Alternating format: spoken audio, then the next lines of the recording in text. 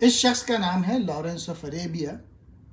اس نے عثمانیہ سلطنت کو توڑا تھا، مسلمانوں کو آپس میں لڑوایا تھا اور عربوں کے ساتھ مل کے ٹرکس کے ساتھ لڑائی کی تھی، اور اس کی مووی بہت ہی ذوق و شوق سے مسلمان دنیا دیکھتی ہے۔ انتہائی خطرناک آدمی تھا۔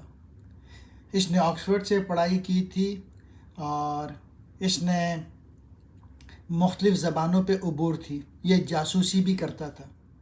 انگریز جس کا چیف کچس تھا، اس کو یقین تھا کہ ترکوں کے خلاف عربوں کی بغاوت انگلستان کو کامیاب کرے گی اور انگلستان جرمنی کے اتحادی ترک کو شکست دے دے گا۔ عربی بولنے لوگوں کو اس طرح سے بتایا گیا تھا کہ ترکوں کے خلاف بغاوت کرو کیونکہ وہ تمہیں اپنا غلام بنائے۔ یہ ایک ڈائری ہے جو کہ لارنس آف اریبیا نے لکھی تھی۔ اس ڈائری میں 10 کتابیں ہیں اور اس ڈائری کے 122 چیپٹر۔ لارنس عرب، مصر اور مختلف عرب ممالک میں گھومتا رہا اور وہاں پہ وہ جا کے مدینے میں فیصل سے ملا۔ میرے لوگوں نے یعنی انگریزوں نے مجھے میری مرضی کے خلاف عرب واپس دوبارہ بھیج دیا۔ وہ عربوں کے متعلق لکھتا ہے کہ ان کے تخیلات وش تھے لیکن تخلیقی نہیں تھے۔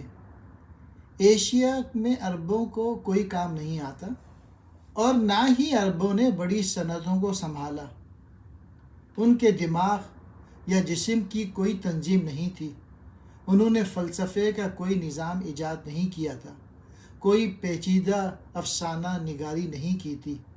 وہ قبیلوں کے بتوں اور غار کے درمیان اپنا راستہ چلاتے تھے۔ لارنس آف اریبیا لکھتا ہے کہ اس نے عربوں میں کوئی انسانی کوشش نہیں دیکھی۔ عرب میں بس اوپر آسمان اور نیچے بے داغ زمین تھی۔ وہ لاشعوری طور پر خدا کے قریب پہنچے۔ حکمت کے ساتھ سکون یہ ایک مشکل کتاب ہے، اس کو پڑھنا آسان نہیں۔ اس کتاب میں آپ صحرا کی تفصیل اور ورلڈ وار 1 میں عرب بغاوت میں لارنس کی زندگی کے بارے میں پتہ چلے گا۔ یہ کتاب یادداشت سے لکھی تھی اس نے، کیونکہ اس کی سابق کتاب جو اس کے جنگی جریدے سے لکھا گیا تھا ٹرین کے سفر میں گم ہو گیا تھا۔ بلکہ یوں کہیے کہ اس نے اپنی ڈائری کو جلا دیا تھا۔ اس کتاب میں آپ کو پتہ چلے گا کہ لارنس کو خود سے نفرت تھی، اس کو